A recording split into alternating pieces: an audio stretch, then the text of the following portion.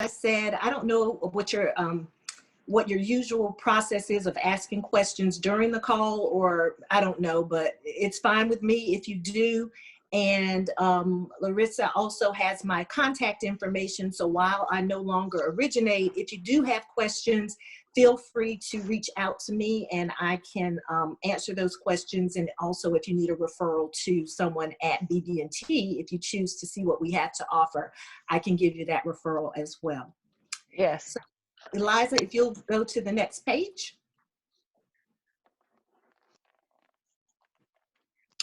So we've done the introductions. We'll do questions. Are you ready to buy a home? And then more questions. So as I said, we're going to loosely follow the presentation, but I'm going to try to give you some insights as well.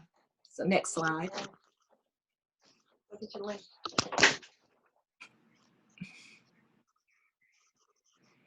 So what do you know? What do you want to learn about buying a home? So we can go to the next slide. We're going to go over the steps required to buy a house, explain the advantages and disadvantages of renting versus owning, determine your readiness to buy, and learn some basic mortgage terms. It looks like most of the people on the call have already decided to purchase, but we're going to go over just some basics as far as the differences, of course, between renting and owning. So next slide.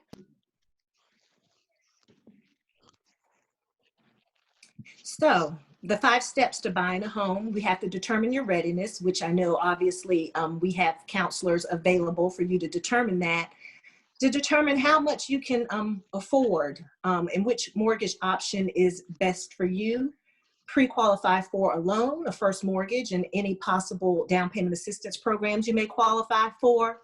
And then, of course, you would work with an agent to negotiate your offer to purchase, get approved for the loan and any down payment assistance programs, and then buy your house, which is your closing, which we're all trying to get to. Next slide. So what are some of the advantages of renting a home?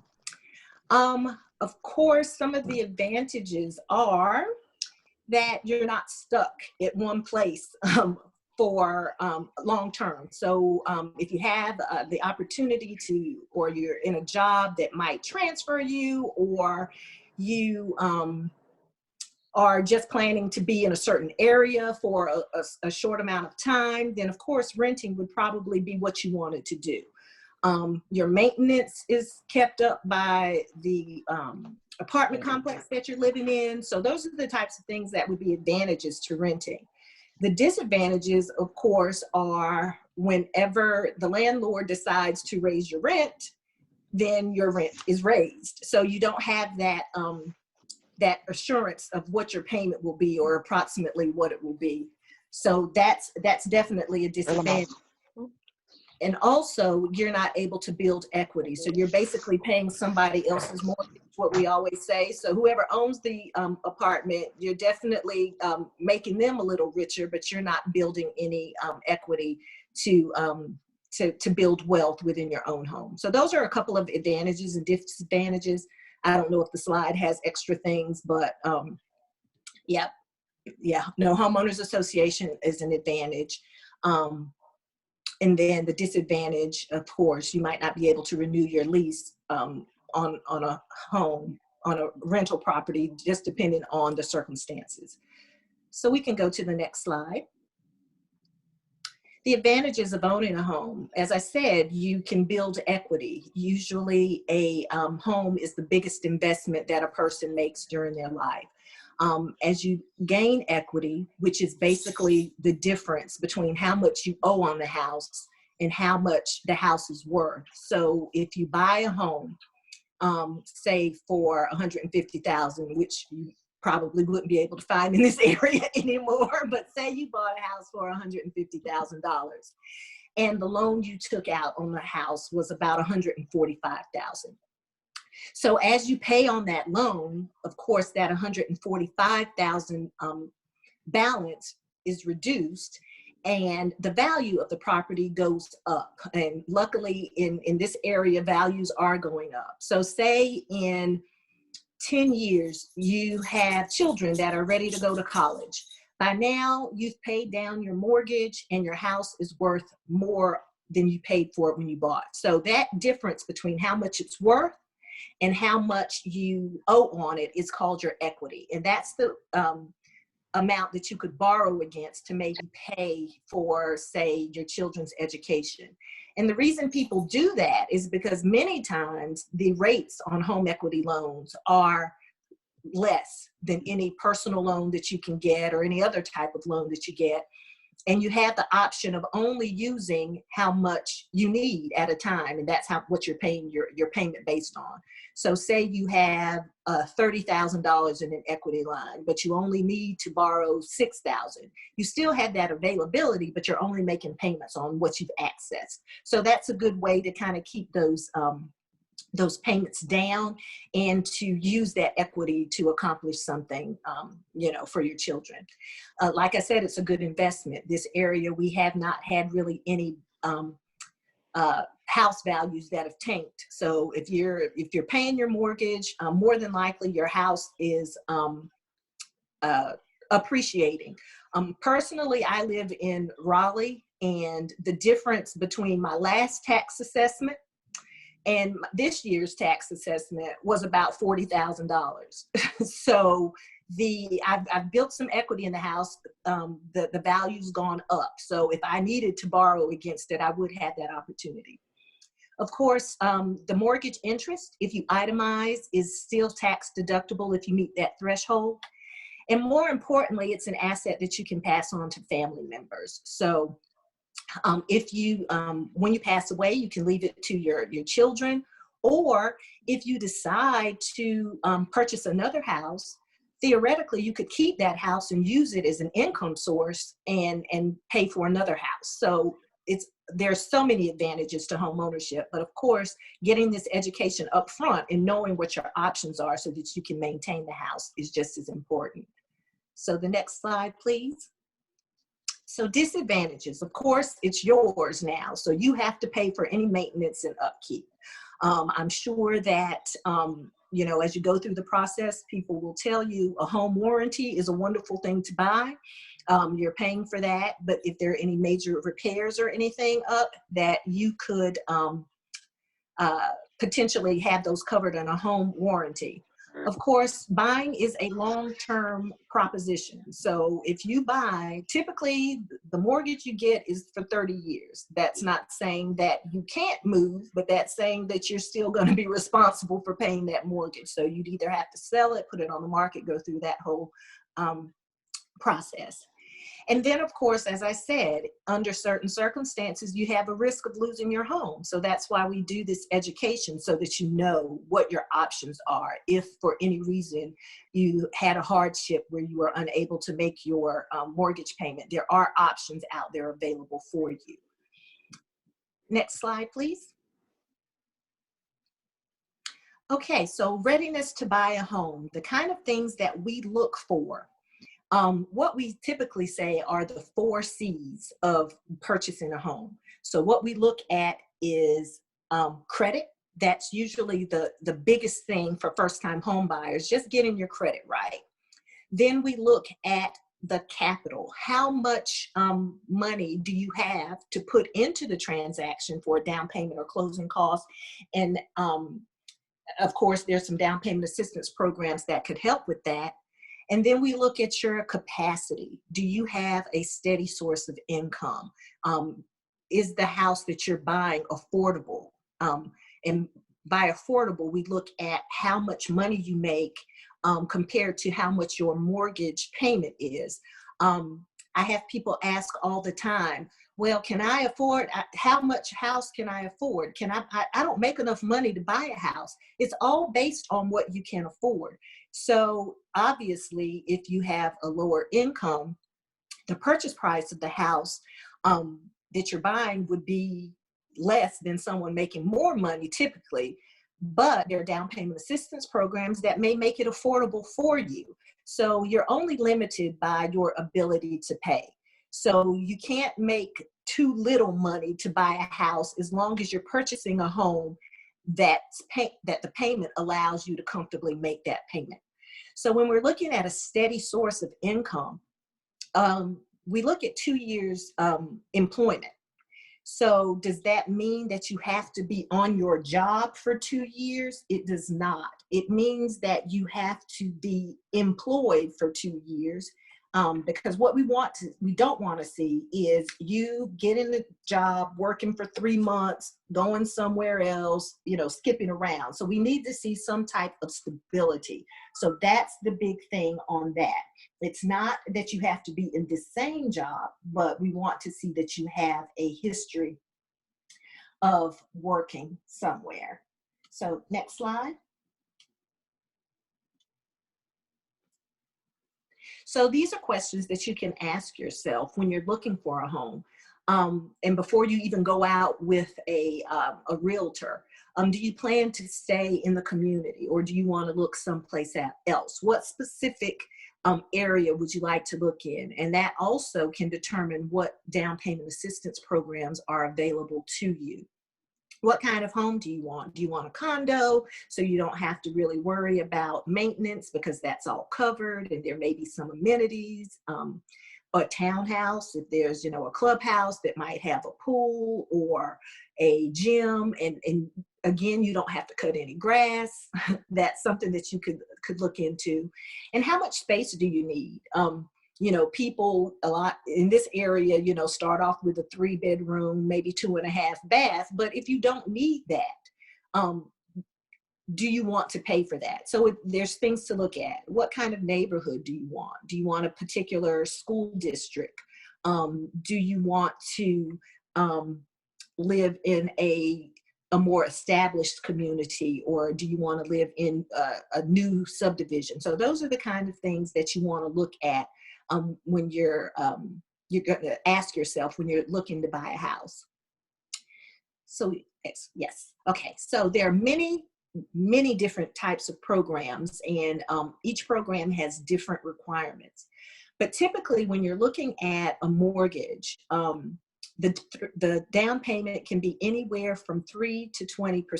Obviously, if you want to put more money down than that, or if you have access to some down payment assistance programs that can pay more than that, then obviously you can use that. But the main difference is with the lower down payments, the 3%, obviously you're borrowing usually more. You're borrowing more from the banking institution. And there's something called private mortgage insurance. I don't know if it's addressed a little more into the, it's addressed a little further into the presentation. So we'll go over it then.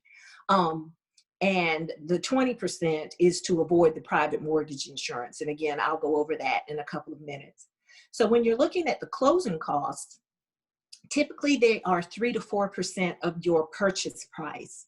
And the main difference is your down payment has to come from you or some approved source, like a down payment assistance program. The closing costs can be paid by your seller, by the seller of the property that you're buying.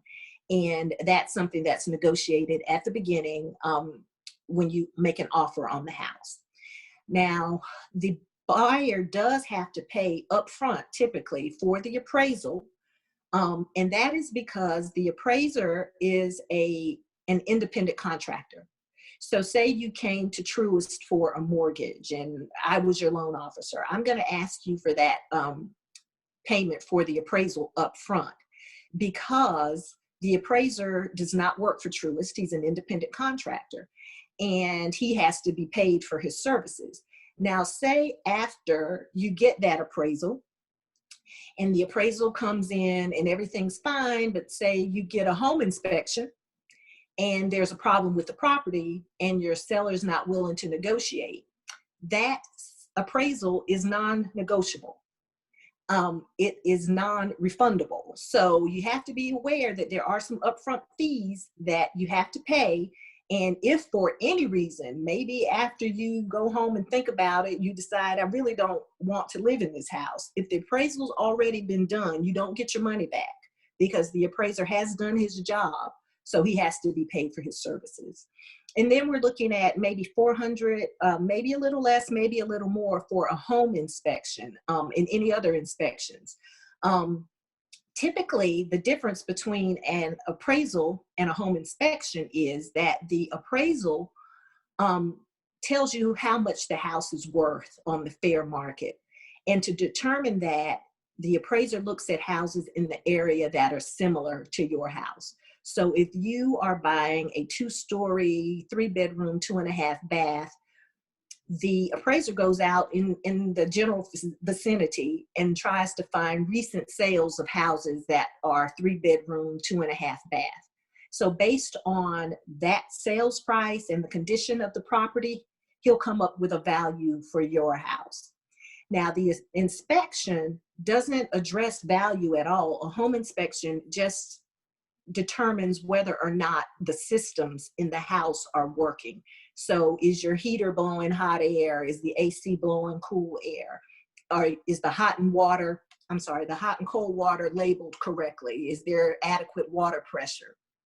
You know, do the doors locks? Or are there cracks in the windows? So the inspections, the home inspection looks for the condition of the property and to make sure that all the systems are working. You may also have to get a wood destroying insect report. And basically that means a termite report. North Carolina is a termite state, and anyone who's ever lived in a house that has wood, then you've probably seen some termites. Or even, I live in a townhouse community, and every year when they change the mulch on the landscaping, there are little swarms of termites because they eat the mulch too. So we want to make sure that the house doesn't have any wood damage from termites. The good thing is, because North Carolina is a termite state, if you have, by new construction, the builder is required to treat the soil and give you a 1-year guarantee that you won't have termites. And then going forward, you can buy a termite warranty so that somebody comes out once a year to see if you have termites. So we'll go to the next slide. So looking at some mortgage terms, when you buy a house, your payment will consist typically of 4 parts. We call it the pity payment. It's the principal, the interest, the taxes, and the insurance. Now, the principal and interest are what goes to pay for the loan back, goes to the lender to pay it back. Typically, we also escrow for your taxes and insurance.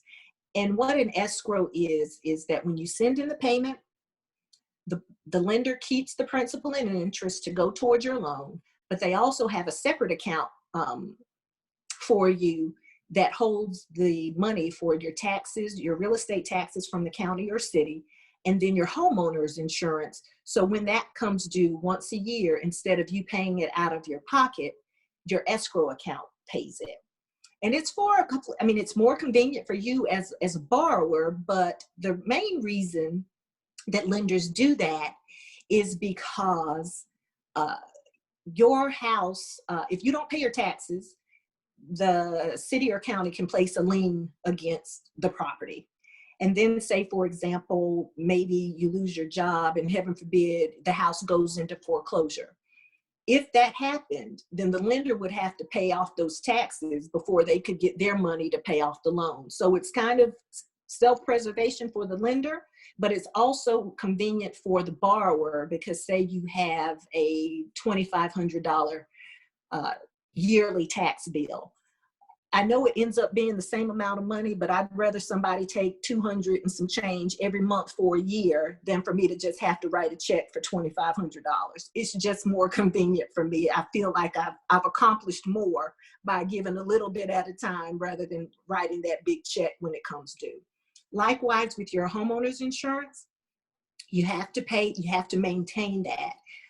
In case of any damage, you know, a fire, whatever, to your home, the lender wants to make sure that the property, which is the collateral for your loan, is protected.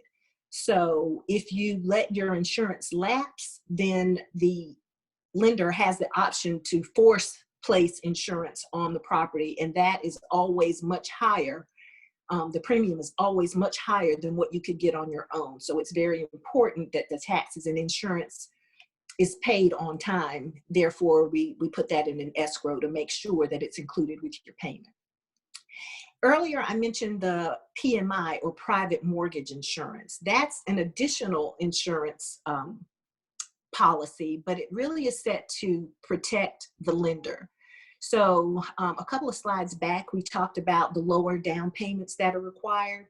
If you put 3% down on your loan, then you would have to pay private mortgage insurance.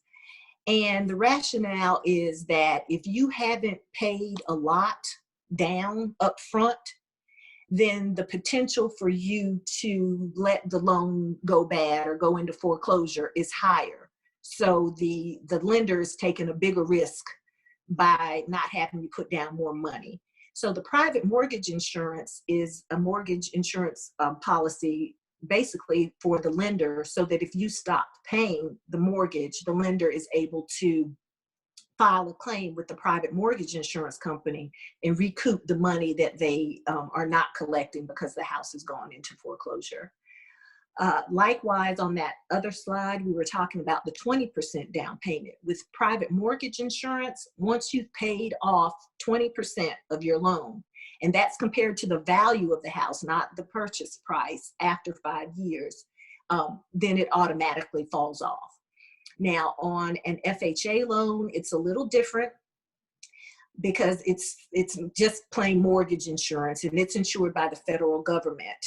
And because of that, you pay mortgage insurance for the life of the loan on an FHA loan. So as long as you have that FHA loan, you will be paying mortgage insurance.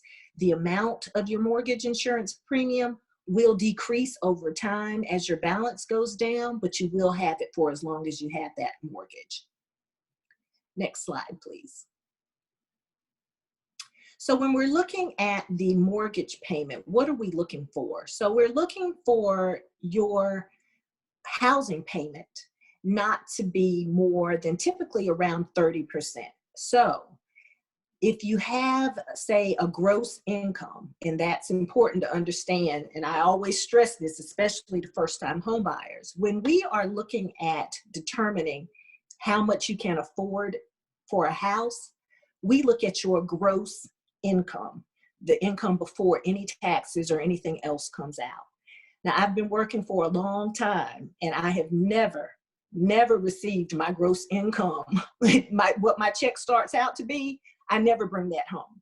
So when you're determining what you can afford, understand that the lender may tell you one number, but you need to make sure that you are comfortable with the payment based on how much you bring home, and also your lifestyle. We look at the gross income, and then we only count the minimum payments on any of the debts that are showing on your credit report. So say, for example, you have a credit card and your minimum payment is $25 a month, but you know you pay $75 a month. Me as your lender, I'm only going to count that $25 against you a month. So you need to understand that if you're going to keep paying the $75, you need to work that math out in your head. Am I going to be able to comfortably pay this monthly bill, this PITI, and pay $75 a month? Likewise, we don't count utilities, we don't count food, we don't count getting your hair done, your nails done. With this pandemic, I don't know if people are still doing that. I'm staying in the house, but if that's the kind of thing that you have, the kind of expenses, school expenses for your children, we do not count that as part of your debt to income ratio. So you need to consider your lifestyle. So for example, if you had a $3,000 gross income a month, and you came to see me and I said, based on your debt, you can pay $1,000 a month for your mortgage payment. Well, in reality, after all the taxes and everything are taken out of your check, just say you might bring home $2,400 a month. So you have to ask yourself, can I pay $1,000 for a mortgage payment? And will that $1,400 that I have left from my check pay for everything else that I need to pay for? So that's the type of thing that you need to be aware of and to ask yourself. So when we're looking at the payment, as I said, it's the PITI, the principal, interest, taxes, and insurance, mortgage insurance if it's required. And if you have a homeowners association, we count that too as part of your payment. So all of those factors are factored in when we're determining whether or not the payment is 30% of your gross income. Next slide, please. So the PITI, or your housing expenses, should generally be less than 25 to 30% of your gross monthly income. Again, because we're looking at the gross, and you need to understand that's not what you bring home. Most of the down payment assistance programs will allow you to go to about a 30 or maybe a 31 on the front, but you want to keep the payment comfortable for whatever your situation is. And then your total debt to income ratio is that your housing income, your housing payment plus any other debt, like I said, that shows on your credit report, is that's your total debt to income divided by what your gross income is. Now this slide says 33 to 36, but most of the programs, especially for first-time home buyers, have a maximum of about a 43% debt to income ratio. So that means your housing plus the debt that's on your credit report has to be less than 43% of what your total gross income is. Okay, next slide, please. So when we're looking at mortgages, there are basically two categories. There are government loans. You've probably heard of FHA, USDA, or VA loans. That just means that the federal government insures all of these loans. The benefits of these loans are that typically they're lower down payments. USDA and VA offer 100% financing. But again, it's important to understand when we say 100% financing, we mean 100% of the purchase price. As we talked about earlier, there's still closing costs involved, and you still have to pay those upfront fees, that appraisal fee and those inspections. So just because there's something that's a program is 100% financing, that doesn't mean that you don't need to have any money to go into the transaction. There's more flexible underwriting. Typically, the credit scores for government loans are less. They'll accept lower credit scores than on a conventional loan. Long-term, 30 years, USDA will actually go up to 33 years under certain circumstances, and they require home ownership education for those loans as well. The conventional loans, you've probably heard of Freddie Mac and Fannie Mae. Those are conventional loans. And all that means is they are not insured by the federal government. They are privately insured. So that means typically your credit, it has to be a little better, even though now Fannie and Freddie do have products that the minimum credit score is 620. So that is out there. But again, the down payments range from 3 to 20%. And lenders may offer different down payment assistance programs. BB&T, now Truist, does offer the Federal Home Loan Bank program, which is a grant that's forgiven after 5 years. It doesn't have any payment on it, but you do have to live in the house for at least 5 years, or you'll pay a portion of it back. And for people who are considered in the healthcare field or education, what we consider community partners, we can give up to $7,500 for the Federal Home Loan Bank. So if you work at a medical institution, you don't have to be a doctor, you just have to work for a medical institution. Or if you work at an accredited educator, it could be, I know that we have Duke employees, but just if you worked even say at a daycare that was accredited, that had some type of education component, that would count. And it's in any capacity. As an educator, you wouldn't have to be a teacher. If you work there as a custodian, as a counselor, anybody in the education field, working for an accredited education institution qualifies for up to the $7,500 from the Federal Home Loan Bank.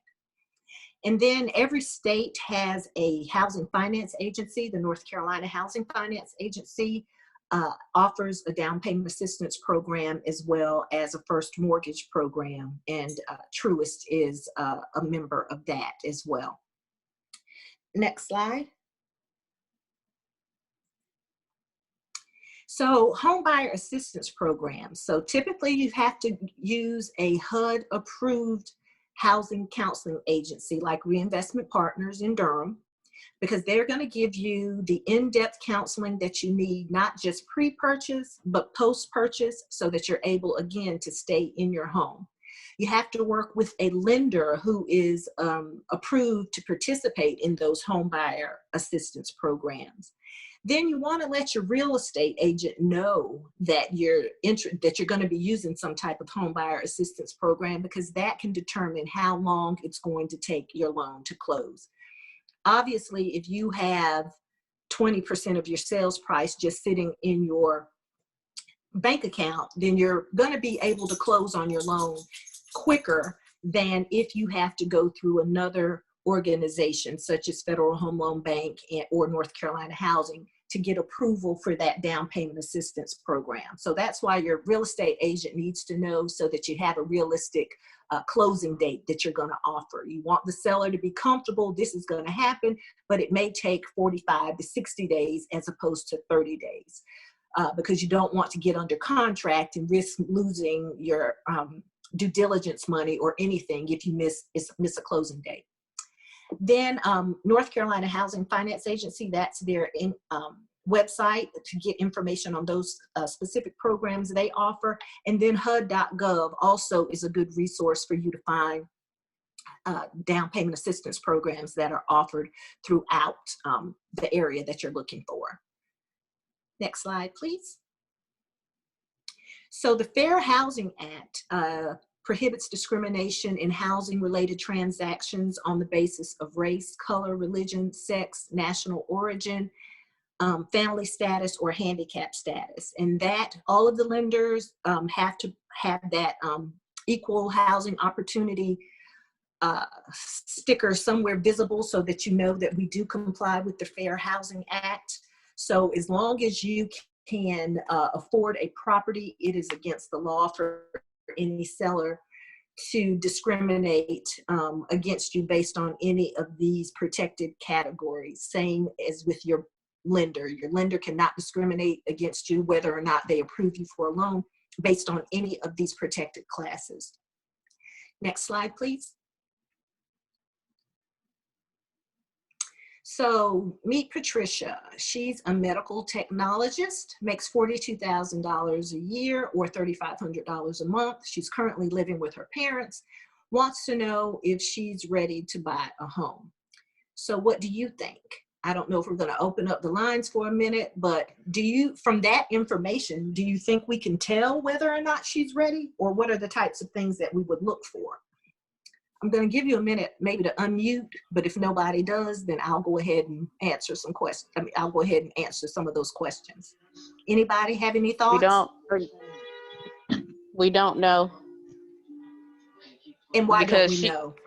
Well, we don't know what her credit score is. Correct. We don't know how much she saved to put down for the house. Like, we don't know if she has money for her appraisal. We don't know if she has money for like the inspection.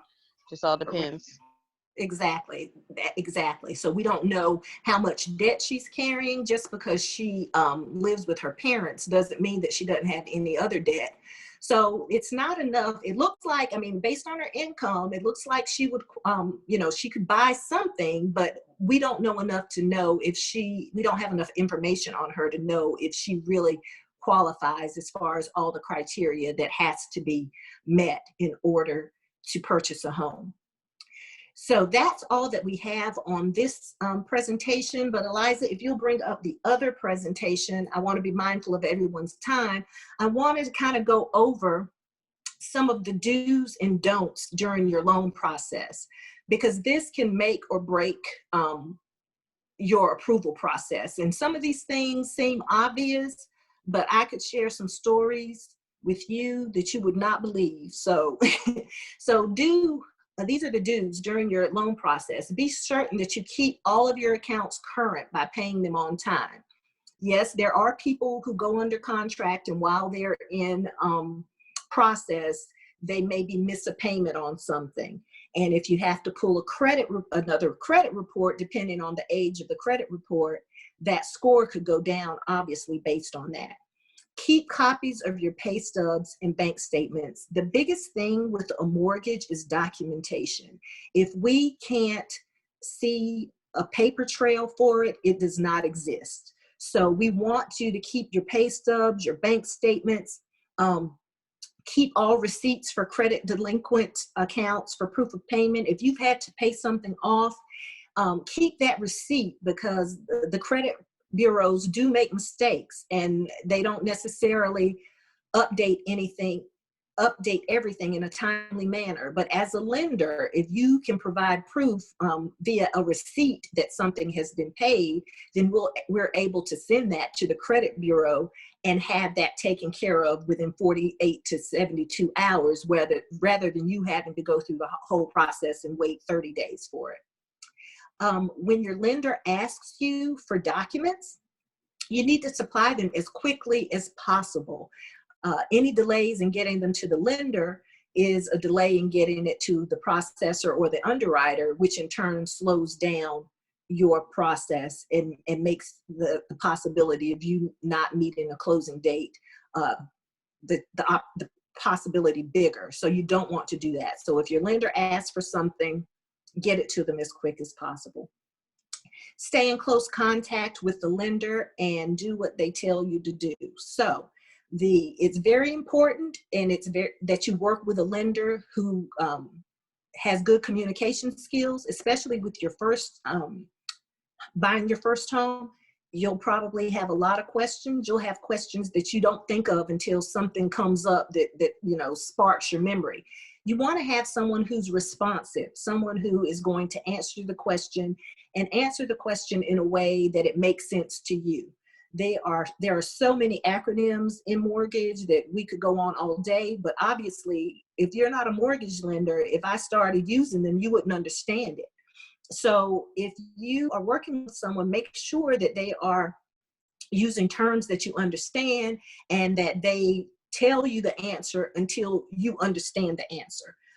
A lot of things, people learn differently, people comprehend differently. So you want to talk to a lender who is responsive and who says things plainly and will answer the question to your satisfaction, not the lender's satisfaction. So we want to make sure. Then also listen to what they're telling you. If they tell you, I know that you want to buy some furniture for your new house, don't.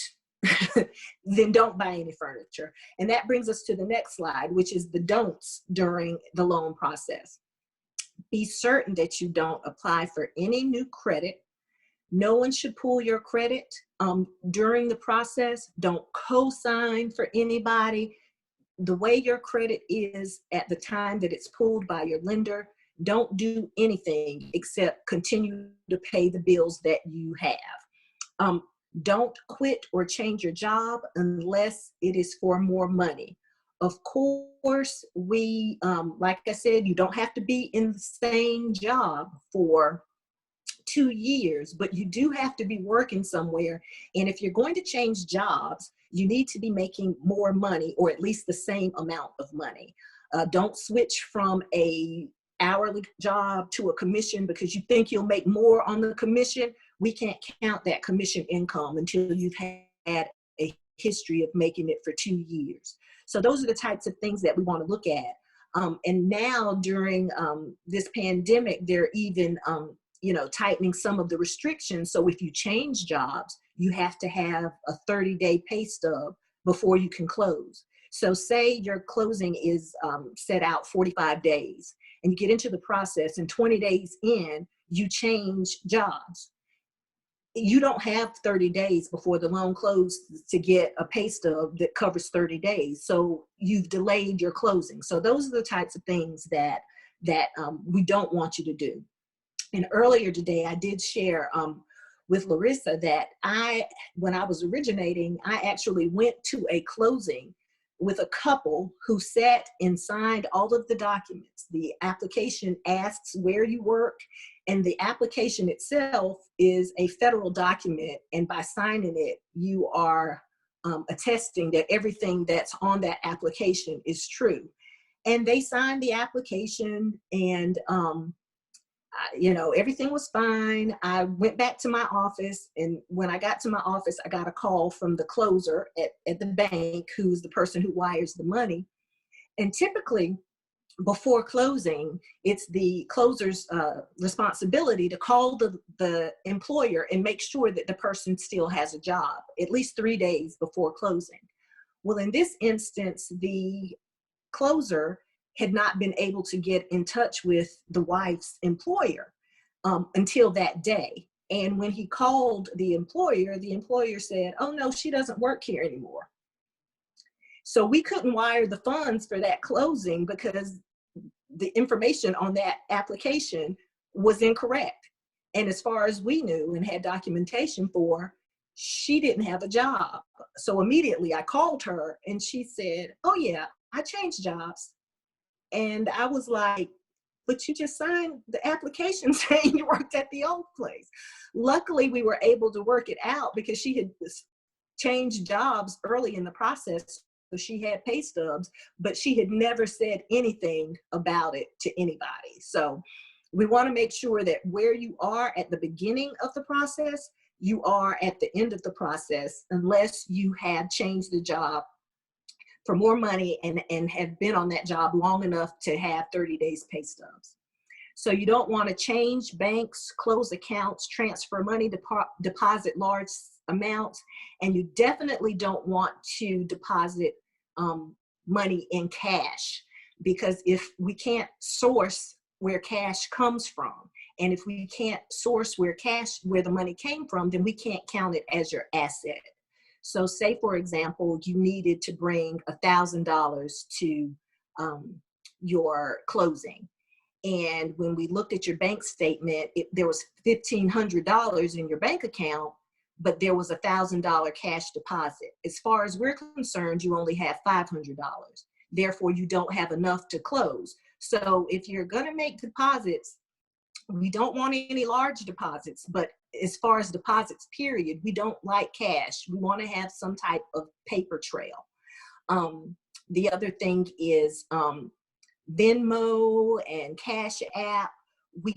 I know that a lot of the younger people do use that as ways to transfer money, but that just muddies the water as far as mortgages are concerned, because we're not that advanced in mortgage, so we can't trace that money. It's just like if you gave somebody cash, which I just told you we don't like to see that because we can't source it. The other thing is, don't lie to the mortgage company. As I said, you want somebody that you can communicate with.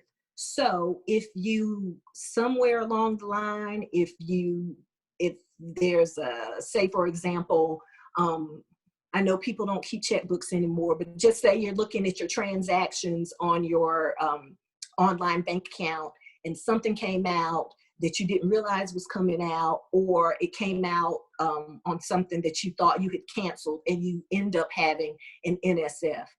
Tell your lender that as soon as you can, because there may be a way for us to, explain it and get it taken care of. What we don't want to do is be blindsided at the last minute, because then it could affect the closing date.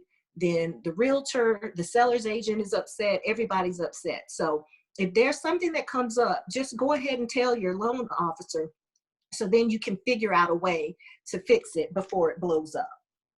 So I think something popped up, but I couldn't see the question. And it's almost time, I think, for the session to end, but I do want to answer any questions. I saw something pop up, but I didn't know what it was. If it's a question, if you want to ask it, please do. But I want to be respectful of your time as well.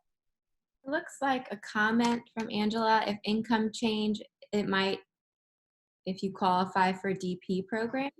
Mm-hmm. Yeah.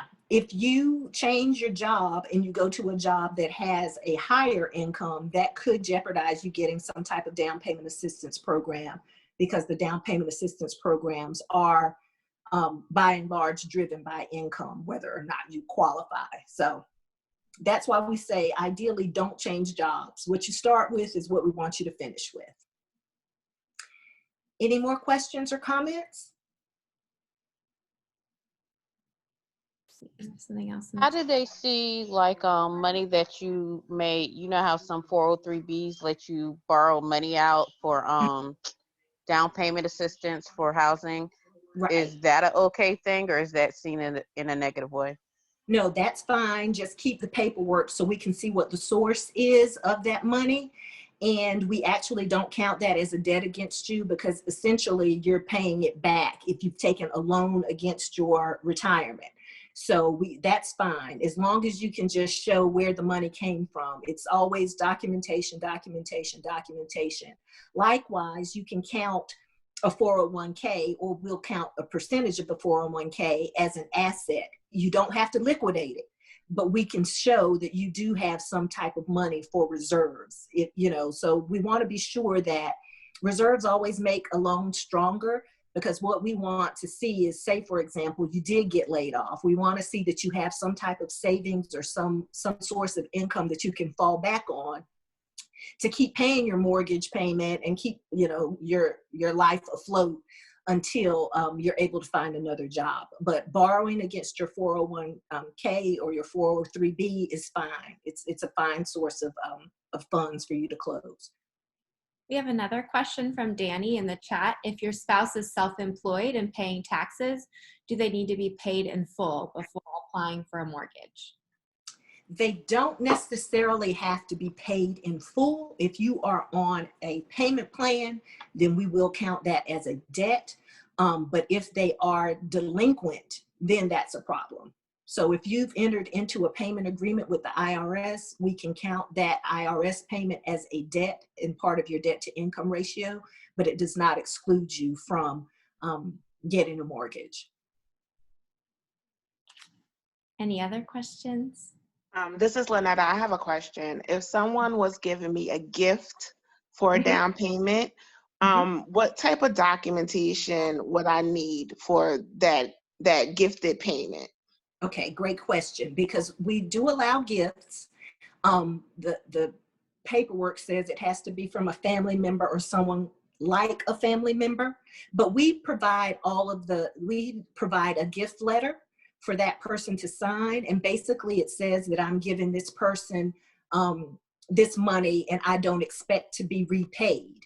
Now with that, we have to show some type of transfer of funds. So if the person wires the money from their bank to your bank, then we would need a copy of that transaction. If that person withdraws money from their bank, the quickest way is if they got a certified check, and then they could just get a printout showing that they purchased the certified check on their account, and then you show where you deposited into your account. But by chance, I'm still one of those old school people who writes checks from time to time. If they write you one of their personal checks, they just need to provide you a copy of the bank statement to show where that check cleared their account, and you would provide the deposit slip from where you put it into your account, and then show the balance after it was deposited. Thank you. You're welcome. Hi, this is Amanda. I had a question. I was trying to write down the portion that you said it was about if you work at the medical institution, about the 75,000, I think. What was that again? 7,500. It's federal. Oh, 7,500. Okay. It's Federal Home Loan Bank. And as long as you work for a medical institution, we look at medical, if you're a firefighter, what they consider community programs. As long as you have $1,000 into the transaction, which would be like paying for your appraisal and paying for the inspections. If you got $1,000 in, you would get $7,500 as a grant, and that can go for your down payment or closing costs. And if you live in the house for 5 years, you don't pay anything back.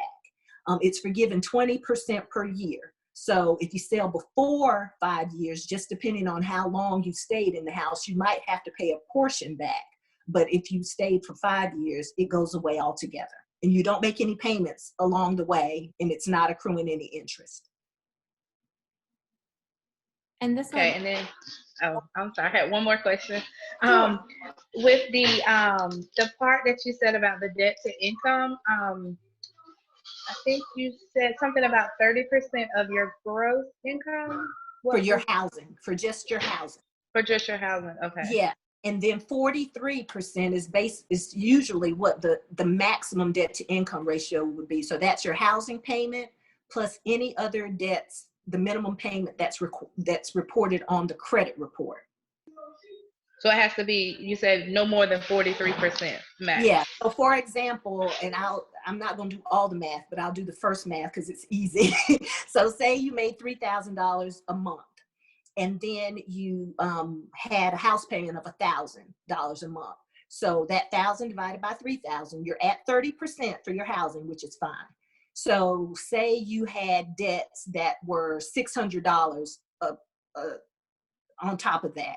If you had the $1,000 for your house payment plus the $600, now $1,600 divided by 3,000 is more than 43%. So you couldn't have that much debt. So that's what we look at. Your house plus any other debt divided by your income can't be more than 43%. Okay. Thank you. Okay. I also just wanted to quickly share the PowerPoint presentations, and this recording will be available. So I'm going to share my screen so that you know how to find them. So if there is information that you're wondering later, oh, I want to rehear that, or I want to look at those PowerPoints again, if you go to community.duke.edu and you click on neighborhoods, neighborhoods. And of course, now my internet's going to be slow.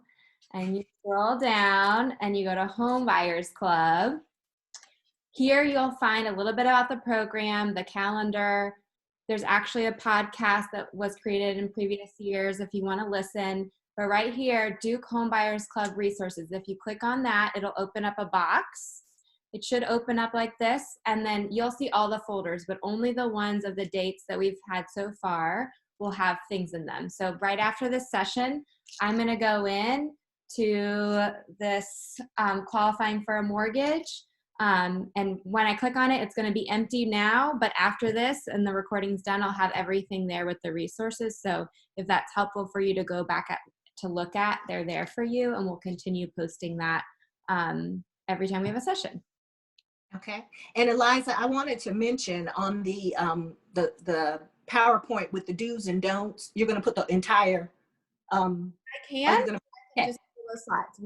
No, you can put the entire thing there because my contact information is on the front page. So you guys will know how to contact me since we're all working from home now. Well, I'm working from home, have been here since March.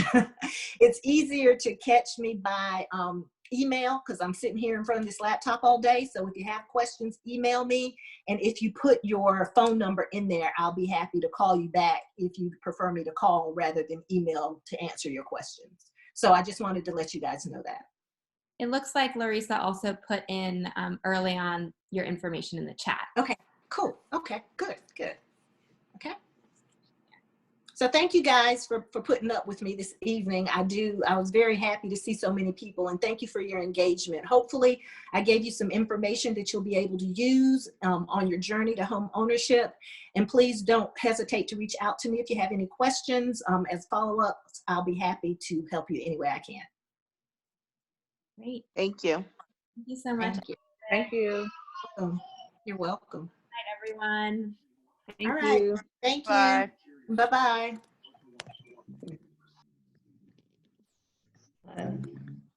Thank you, Astrid. Thank you, Eliza and Angela. Oh, hi, Mia.